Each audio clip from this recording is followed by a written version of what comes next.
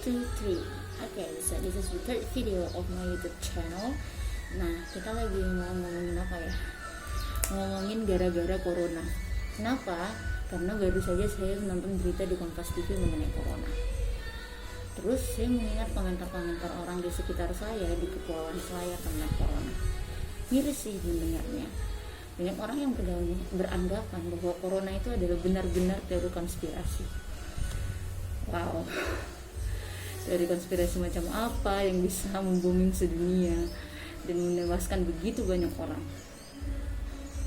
Berbicara mengenai corona, sebenarnya ya saya nggak kompeten untuk dan tidak memiliki kapabilitas untuk berbicara lebih dalam mengenai corona. Tetapi dengan pengetahuan yang awam saja, saya mengerti bahwa corona adalah masalah yang serius, bukan hanya di Indonesia, tetapi di seluruh dunia. Nah, mengapa orang-orang banyak yang salah informasi atau menerima hoax begitu saja bahwa itu adalah sebuah konspirasi? Saya merasa bahwa ada terjadi kesenjangan informasi dan terjadi misleading informasi dari satuan gugus tugas aka government kita kepada masyarakatnya, atau mungkin juga bahwa edukasi yang disampaikan oleh satuan gugus tugas dan aparatur negara tidak sampai dengan baik kepada masyarakat dengan perbedaan background pendidikan yang ada.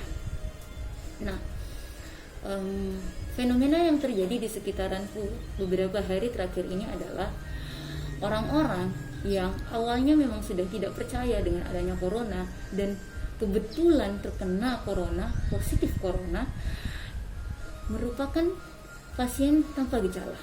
Akhirnya mereka berasumsi bahwa corona bukan hal yang serius.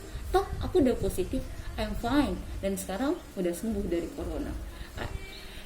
He was the survivor and he doesn't feel bad when he is positive of corona. Tapi apa benar seperti itu? Berdasarkan pengetahuan saya yang awam mengenai corona, maka saya berusaha untuk menjelaskan bahwa mungkin saja bisa dianalogikan seperti ini. Kalau misalnya kita manusia berlindung di dalam rumah dari keadaan cuaca yang kurang baik atau dari hembusan angin malam aja. Nah, we don't feel anything. Maksudnya kita ya tidak terpengaruh kan oleh angin malam. Tetapi ketika rumahnya hancur, ketika dindingnya roboh, atapnya terbongkar, dan tidak ada lagi di sekitaran kita rangka rumah yang utuh, maka kita akan merasakan rasa dingin angin malam itu. Nah, bukankah corona menyerang sistem kekebalan tubuh? Bukankah corona menyerang sistem imun kita? Sistem imun yang bagaikan rumah atau rangka yang melindungi kita dari berbagai macam virus dan bakteri di sekitar kita, dari berbagai macam penyakit yang mungkin saja sudah kita derita tetapi masih bisa dikantor oleh sistem kekebalan tubuh kita. Nah, ketika kalian memandang remeh corona yang menyerang sistem imun tubuh, maka ada hal yang besar yang kalian lewatkan di sana. Ingatlah bahwa ketika misalnya kalian sedang menderita penyakit namun masih dapat ditangani di kantor oleh sistem imun atau kekebalan tubuh kita, maka tidak akan ada masalah yang kalian rasakan.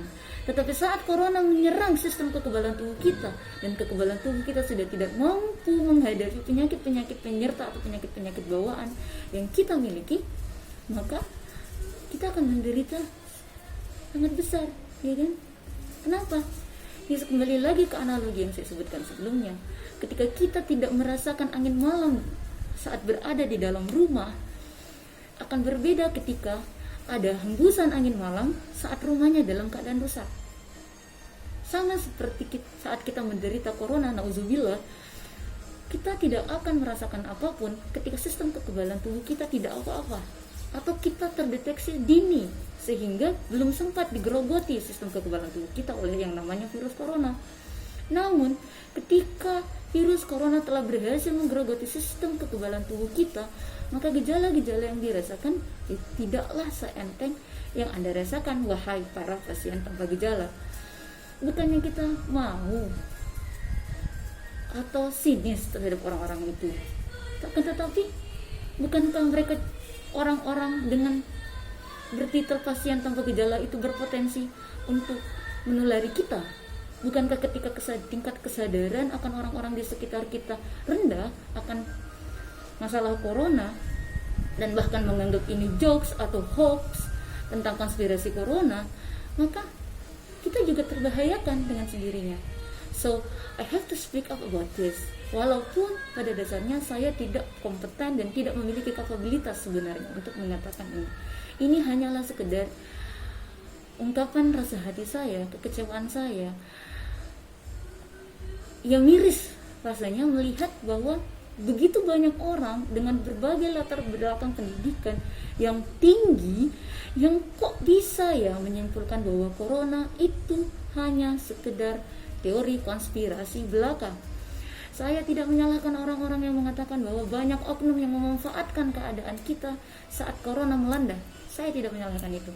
Tetapi corona benar adanya, corona nyata adanya, dan corona patut diwaspadai. Thanks.